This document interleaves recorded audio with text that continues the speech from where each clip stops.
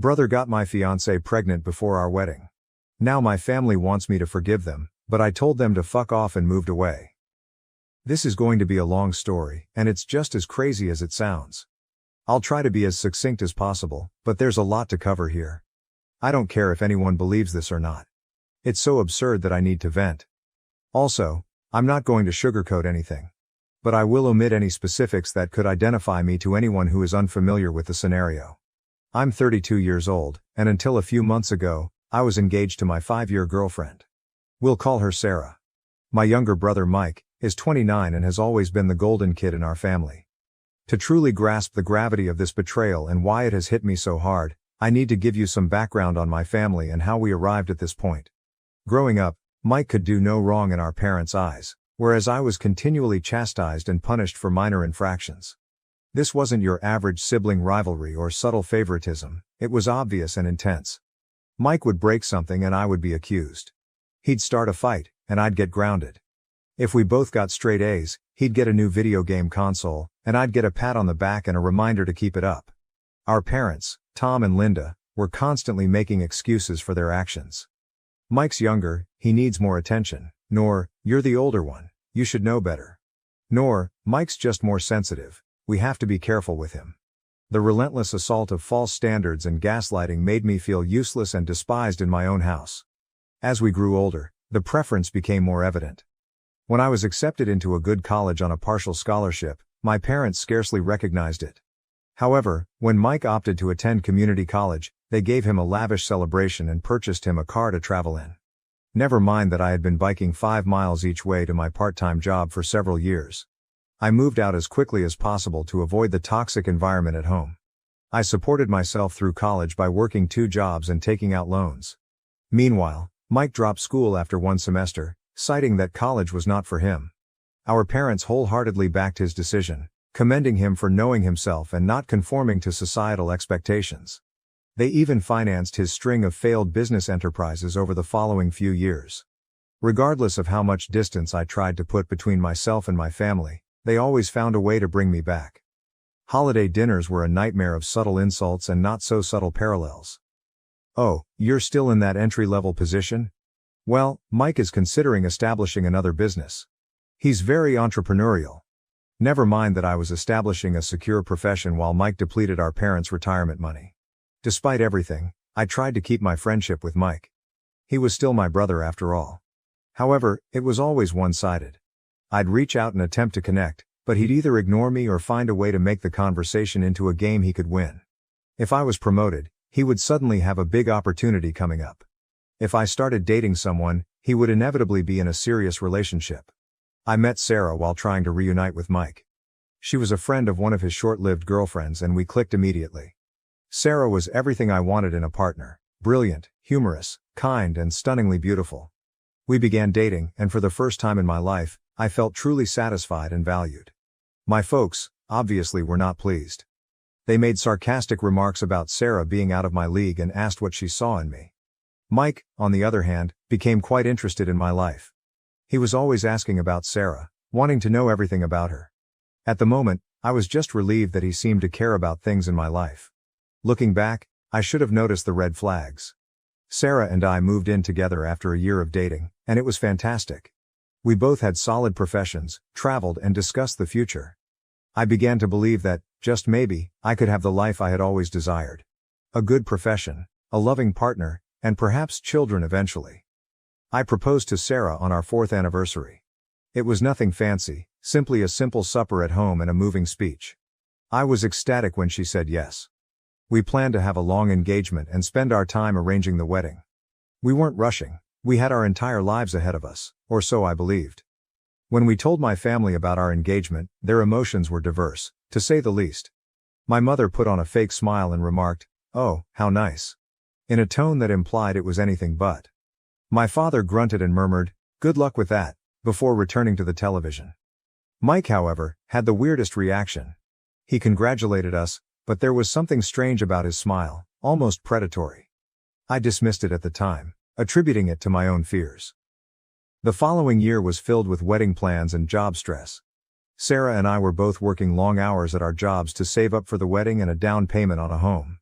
We hadn't seen each other as much as we used to, but I assumed it was simply a phase. Every partnership goes through difficult times, right?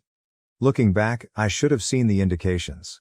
Sarah grew distant, always on her phone, smiling at texts from people she swiftly dismissed as business friends. She began going out more with her companions, arriving home late and smelling of wine and cologne. But I fully trusted her. I never considered that she may be cheating, let alone with my own brother. Sarah began acting strangely around 4 months ago. She was moody, irritated, and always nauseous. I was excited by the possibility that she might be pregnant. We hadn't tried, but we had discussed the possibility of having children in the future. I began to plan how I would help her, thinking nursery colors and baby names. Then one night, she sat me down with tears in her eyes and delivered the bomb. She was pregnant, but it was not mine. I was stunned. We hadn't been intimate in a while due to our hectic schedules, but I never expected her to cheat on me. When I asked who the father was, she broke down and mumbled, "It's Mike." My entire universe came crashing down at that moment. Everything I thought I knew, everything I had based my existence on, came crumbling down. I could not breathe. I could not think. All I could feel was an overwhelming sense of betrayal and loss. Sarah attempted to explain, her words coming out quickly between sobbing. Apparently, it began during our engagement party. Mike had approached her and informed her that she was making a mistake by marrying me. He played on her insecurities, telling her she could do better and that he could provide her with everything I couldn't. It wasn't a one-time occurrence. They'd been having an affair for months. I kicked Sarah out that night. I couldn't bear to look at her or be in the same room with the lady who had deceived me so totally. She begged me to forgive her, explaining that it was a mistake and that she loved me. But all I could think of was how many times she had lied to my face and been with my brother while wearing the ring I had given her. After Sarah left, I contacted Mike. I can't recall what I said, it was all a swirl of wrath and pain. He initially tried to play it casual, claiming that it was merely a drunken mistake and had no meaning. But when I questioned him, he became defensive, saying, "Well, maybe if you'd been a better fiancé, she wouldn't have come to me." I saw red. I got into my car and headed to his apartment, determined to do something that would make him regret what he said. I'm not sure what I was planning to do, but when I arrived, our parents were already there. Mike apparently called them first, telling them a narrative about Sarah seducing him and how sorry he was. And you know what? They believed him. They always do. My mother immediately began lecturing me about forgiveness and family, while my father simply stood there with his arms crossed, looking disappointed in me, but not in his beloved Mike. I tried to explain what had actually happened, but they wouldn't listen. They kept telling me that I needed to forgive Mike and support Sarah throughout her pregnancy because family comes first. I lost it. Years of pent-up resentment and anger spilled forth. I told them exactly how I felt about their twisted sense of devotion, how they'd always favored Mike over me, and how they'd never taken my side or backed me. I told Mike that he was no longer my brother and that he had died. I told my parents they could have the son they'd always wanted because they didn't have me. I stormed off, ignoring their cries and pleads. I drove for hours with no destination in mind, only a want to be away from everything and everyone. When I eventually got home, I discovered dozens of missed calls and messages. Sarah begged for another opportunity, as Mike alternated between apologies and accusations.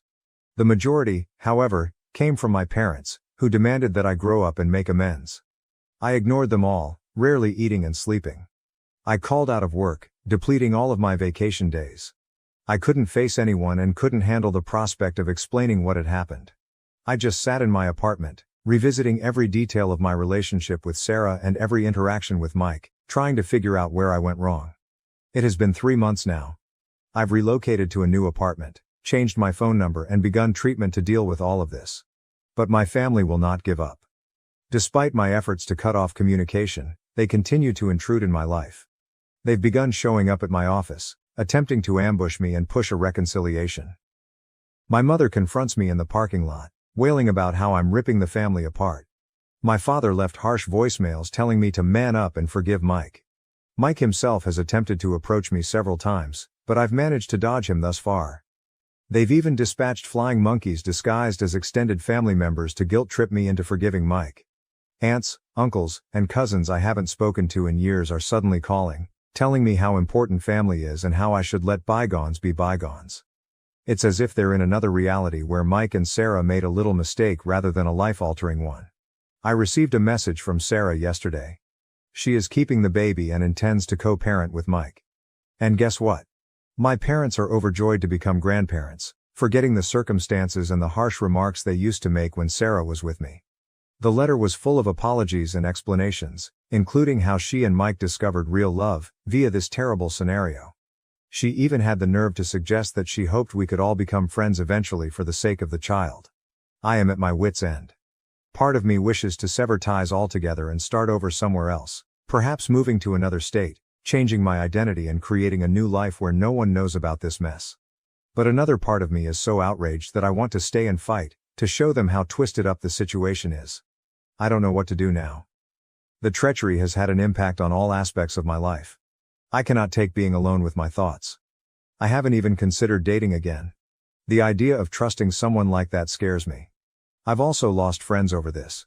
Those who believe I should take the high road and reunite with my family. As if I'm terrible for refusing to play happy families with the people who have wounded me the most. The idea of Sarah and Mike raising a kid together, a child who should have been mine, is like a continual stab in my gut. I understand cognitively that the child is innocent in all of this. It is not the baby's fault that its parents are lying, cheating scumbags, but I can't bring myself to feel good about its existence. My parents have begun to discuss how I should be involved in the child's life and how I will become an uncle. The concept makes me feel physically ill. How can I look at this youngster and not recognize the ultimate emblem of my brother's betrayal? So, Reddit, I guess my question is, am I the idiot for refusing to forgive my brother and ex-fiancé? Am I wrong to want to lose relations with my family over this? Any help on how to proceed would be greatly appreciated, as I now feel like I'm drowning in a sea of treachery and gaslighting. I apologize for the lengthy post. If you made it this far, I appreciate it. Writing all of this down has been cathartic in a way. I'm not sure what I hope to gain from sharing this: validation, guidance, or simply the opportunity to scream into the void and have someone, anybody, hear me. Edit. Holy God, this exploded up overnight. Thank you all for your help and advice. I'm astonished by the response, and it will take me some time to look through all of the comments. However, I wanted to answer a few typical questions. 1. Yes, I have consulted with a lawyer about getting a restraining order against my family. It is currently in progress. 2. I don't intend to have any contact with the baby. It's not the child's fault, but I can't become involved without losing my sanity. 3. For those who have inquired about my job, I have already spoken with HR about the situation. They are aware and supportive. They have strengthened security at the front desk and offered me the option to work from home more frequently. I am grateful for their understanding. 4. Many of you have inquired whether I had contemplated relocating to another city or state. It is definitely something I am thinking about. My company has offices in several other cities, so a transfer may be possible. I'm considering the advantages and cons. 5. To those suggesting a DNA test. Sarah acknowledged the affair, and the timeline is consistent. I see no reason to suspect the child is not Mike's. Even if it was mine, I doubt I could ever look at that child without thinking about this. 6. I've been overwhelmed by the number of people who have had similar experiences. It's upsetting to realize how widespread this type of betrayal is, but it's also strangely comforting to know that I'm not alone. Thank you all for being vulnerable and sharing. 7. To the individual who inquired if I had considered taking legal action against Mike for alienation of affection, I looked into it, but it is not recognized in my state. Even if it were, I don't think I have the energy for a legal battle right now. 8. Several people have noted that Mike's behavior appears narcissistic. I've started reading about narcissistic personality disorder, and much of it rings true. It helps me comprehend, but does not excuse, some of his acts. 9. Those who have inquired about Sarah's family are as startled and appalled as one could anticipate. They have cut off communication with her and have reached out to offer me their support. It's a minor comfort, but I value it. 10. To the individual who asked if I'd considered having my own children someday. Honestly, this entire experience has made me wonder whether I want to have a family at all. But I'm trying not to make any major decisions while I analyze everything. I'll keep you updated if anything big happens, but for the time being my focus is on recovering and moving ahead. Thank you again, Reddit. You have helped more than you realize. Your encouragement and suggestions have given me a lot to think about, and they have truly been a lifeline during this tough time. I may not be able to answer every remark, but please know that I read them all and they are making me feel less alone in this. Update. Hello Reddit. It's been approximately 2 weeks since my previous post, and it has been a full roller coaster. First, thank you all for your enormous support and suggestions. I never anticipated my post to go so viral, and going through all of your responses has been both upsetting and oddly reassuring. It's disturbing how regular this type of deception is. The last several weeks have been tough, to say the least. Remember how I said I was working on obtaining a restraining order? That evolved into a huge ordeal. My lawyer filed the paperwork and we had a hearing arranged. I assumed it would be simple, given the proof and the ongoing harassment, but I was mistaken. My parents arrived at the court with their own lawyer, some fancy guy in an expensive suit who likely charges more per hour than I do in a week. They attempted to portray me as the crazy one, claiming I was ripping the family apart over a simple misunderstanding, as if Mike had stumbled and fallen into my fiancée. Fortunately, the judge didn't buy it. She issued the restraining order against Mike and my parents, but only after my mother fell into tears in court and my father glared at me as if I had committed murder. The look on Mike's face, however, I swear if looks could kill, I would be dead. As we were leaving the courthouse, Mike attempted to approach me. My lawyer stepped in between us, reminding him of the newly issued restraining order. Mike merely scoffed and said this wasn't over, and I couldn't hide behind a piece of paper forever. I'd be lying if I claimed his words didn't shake me. But at the very least, I have some legal protection. The job situation has been another nightmare. Remember when I mentioned that my family had been showing up at my workplace? This came to a head last week. I was in a meeting with a customer when my assistant alerted me that my mother was in the lobby and raising a disturbance. Apparently, she had brought a photo album and was attempting to show my coworkers baby images of Mike and me while lamenting about how close her boys used to be. I excused myself from the meeting and went down to the lobby, where I discovered my mother surrounded by a number of uncomfortable-looking coworkers. She was in the middle of relating a story about how Mike and I used to bathe together as toddlers. When she noticed me, she attempted to rush towards me, talking about a baby shower, but I interrupted her. I told her she had to go right away or I would call the police and have her removed for trespassing and breaking the restraining order. Her expression was as if I had slapped her, but after everything they had put me through, I couldn't bring myself to care. Security let her out, and I had to spend the next hour performing damage control with my employer and coworkers. Fortunately, most of them understood, but I could tell some were wondering what kind of drama I was bringing into the office. But it was the fight with Mike that really threw everything off track. Last Saturday, I was in the gym, trying to let out some of my frustration on the punching bag. I was so into my training that I didn't notice someone approaching me until I heard his voice. I swung around and there was Mike, smirking at me as if he hadn't just broken the restraining order. He began speaking loudly enough for anyone surrounding to hear. I ordered him to go before I contacted the cops, but he laughed and said he'd tell them how I had threatened him and Sarah. That was when I lost it. I swiped at him, my first landing on his jaw. He stumbled backward before lunging at me. We ended up on the floor, trading blows like kids again. Except this time there were no parents to separate us, no one instructing me to be the larger person and let Mike win. I got in a few nice hits before the gym staff separated us. Mike's nose was bleeding, and I could feel my own swelling shut. We were both shrieking, trying to get free and get back at each other. The gym manager threatened to call the cops, which ultimately shook me out of it. I grabbed my belongings and fled. I was driving home, still shaking from adrenaline, when I received a call from an unknown number. Against my better judgment, I responded. Sarah was shouting at me about how I had broken Mike's nose and that he could require surgery. I couldn't help laughing. The ridiculousness of her being upset with me after what they'd done was simply too much. I apologize if I had upset her little boyfriend, whom she had been sleeping with behind my back for several months. She began sobbing, complaining about how anxious she was, how the baby could detect her pain, and how I could be so selfish. I hung up and blocked her phone. The aftermath from the brawl was severe. The news had spread like wildfire throughout our social circle. My phone was flooded with texts from friends and family members, some supporting me, others calling me out for assaulting my poor defenseless brother. Sarah's parents contacted me again, expressing their support for me and their displeasure in their daughter. It was a minor consolation, but at this point, I'll take what I can. The restraining order does not seem adequate anymore. Mike has demonstrated his willingness to violate it, and I'm concerned about what he'll do next. The legal fallout has been a nightmare. My lawyer called me the day after the gym incident. Mike apparently filed assault accusations against me. I recounted what had happened, how Mike had violated the restraining order and provoked me. My lawyer groaned and said we'd fight it, but it might be a tough struggle considering that I threw the first punch. We are in the process of bringing our own charges against Mike for breaking the restraining order. My lawyer is convinced that this will benefit our case, but nothing is guaranteed. I've had to provide police statements, show them injuries on my face and knuckles, and justify defending myself against my own brother, which is humiliating. Mike and I have been banned from the gym for life. I can't blame them, but it's unfortunate that the gym was one of the few places where I felt like I could let out some of my frustration in a healthy manner. My cousin Amy, whom I've always been close to, called me the other day. She's taken a lot of pressure from her family for supporting me, but she's staying firm.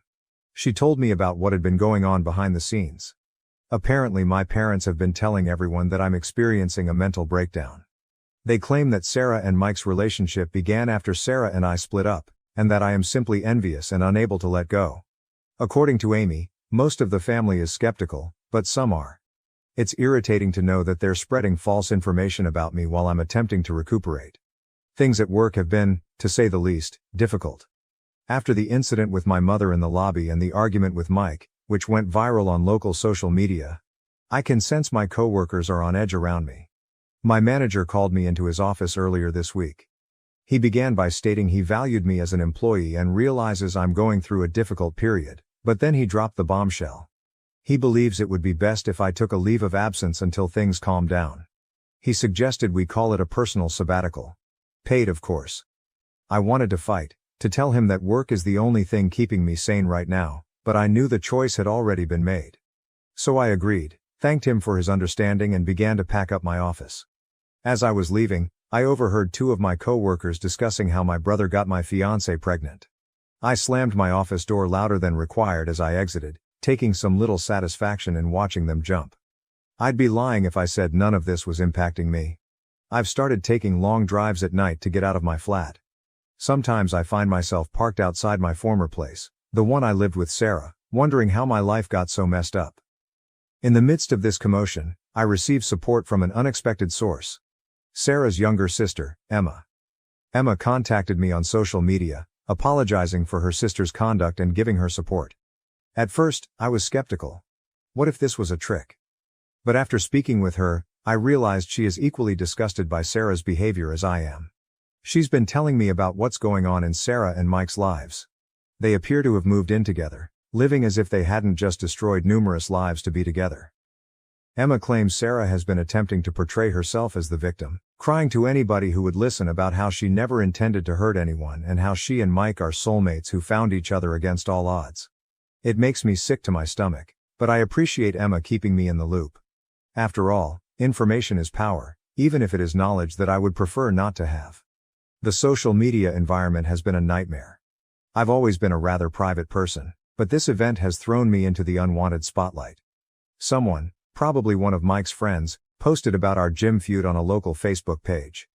The post did not mention our names, but it described the incident in enough detail for anyone who knows us to figure it out. The comment area became a battleground. Some individuals defended me, claiming Mike received what he deserved. Others described me as unstable and said I needed to be locked up. I made the mistake of looking over some of the comments one night after having too many beers. A huge mistake. I ended up hurling my phone across the room so hard that the screen cracked. Since then, I've canceled most of my social media profiles. I can't deal with the continuous notifications and messages from folks I haven't spoken to in years who suddenly want to know all the juicy details about my personal life. With everything that has happened, I have realized that I cannot stay in this city any longer. There are too many memories and chances to run into Sarah, Mike, or my parents. I've started looking for internal moves, and there's a promising opportunity in our Seattle office.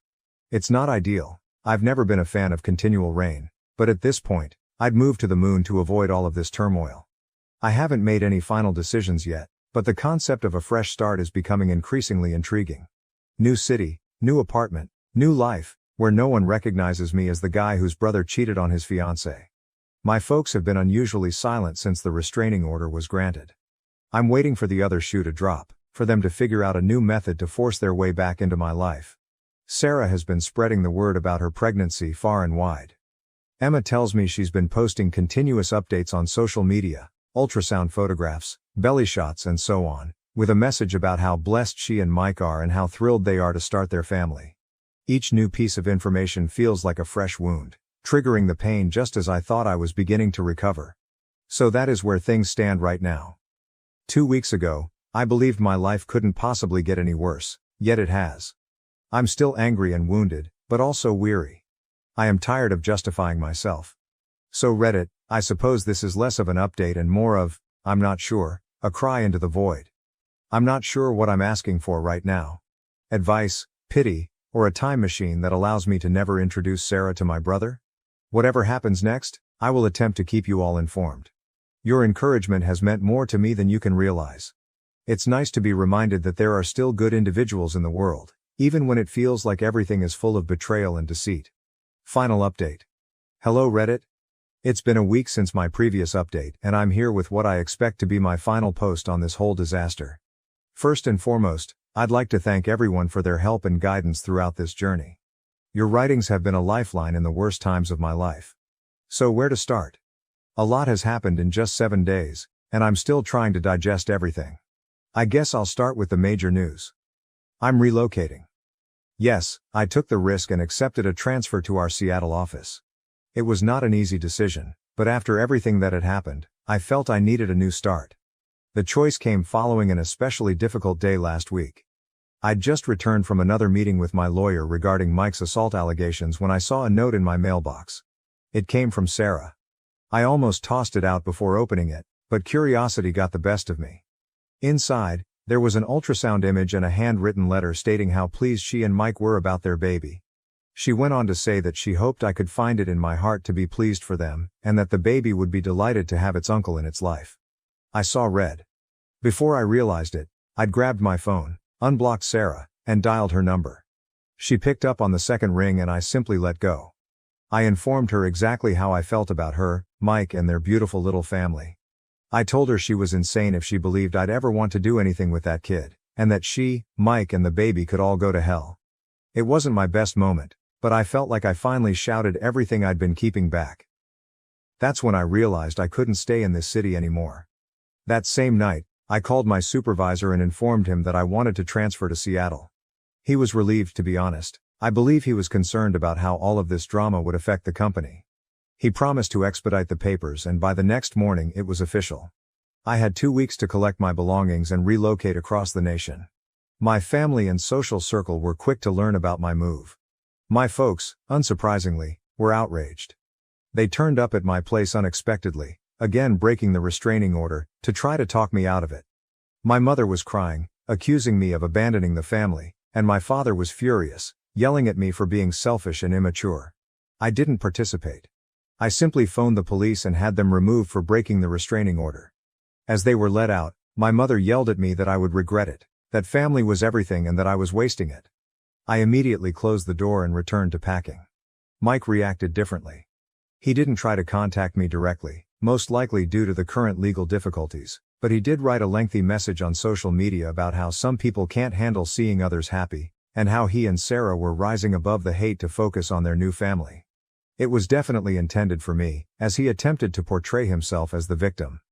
I'll confess it stung to see how many people liked and commented in his favor, but I reminded myself that their opinion is meaningless because they don't know the truth. Sarah's response was the most startling. After our phone talk, she contacted her sister, Emma, who had been keeping me updated on Sarah and Mike's situation, as you may recall. Apparently, my statements had a greater impact than I had imagined. Emma informed me that Sarah had broken down, stating that she realized what she and Mike had done was terrible and was scared of the future. My cousin Amy, bless her, offered to help me pack. She even informed me more about what's going on with the family. Amy told me that my aunt, my mother's sister, had a heated argument with my mother, accusing her of always favoring Mike and pushing me away. My aunt complained that my parents were reaping the consequences of their years of favoritism. I can't say I'm not relieved to hear that someone is finally calling them out for their behavior. My lawyer assures me that my move will have no effect on the legal case, which is currently pending. We're still pursuing charges against Mike for breaching the restraining order and defending the assault accusations he brought against me. My lawyer seems certain that the judge will see through Mike's arguments, particularly considering his history of breaching the restraining order. The fact that I'm going across the nation should also show that I'm not a threat to Mike, which may help get his charges dropped. I don't know if I'll post any further updates after this. Part of starting over is putting the past behind, and as helpful as this group has been, I believe it is time for me to move on from revisiting this narrative. I need to focus on creating my new life rather than obsessing on the past. So I believe this is my final update. Wish me luck, Reddit. I've got a whole new life ahead of me in Seattle, and I intend to make the most of it. Thank you so much for staying till the end. If you enjoy our videos, don't forget to like, share and subscribe. Have a good day. Thank you for watching. If you haven't subscribed yet, please do so and hit the notification bell to stay updated with more shocking real-life stories happening around you.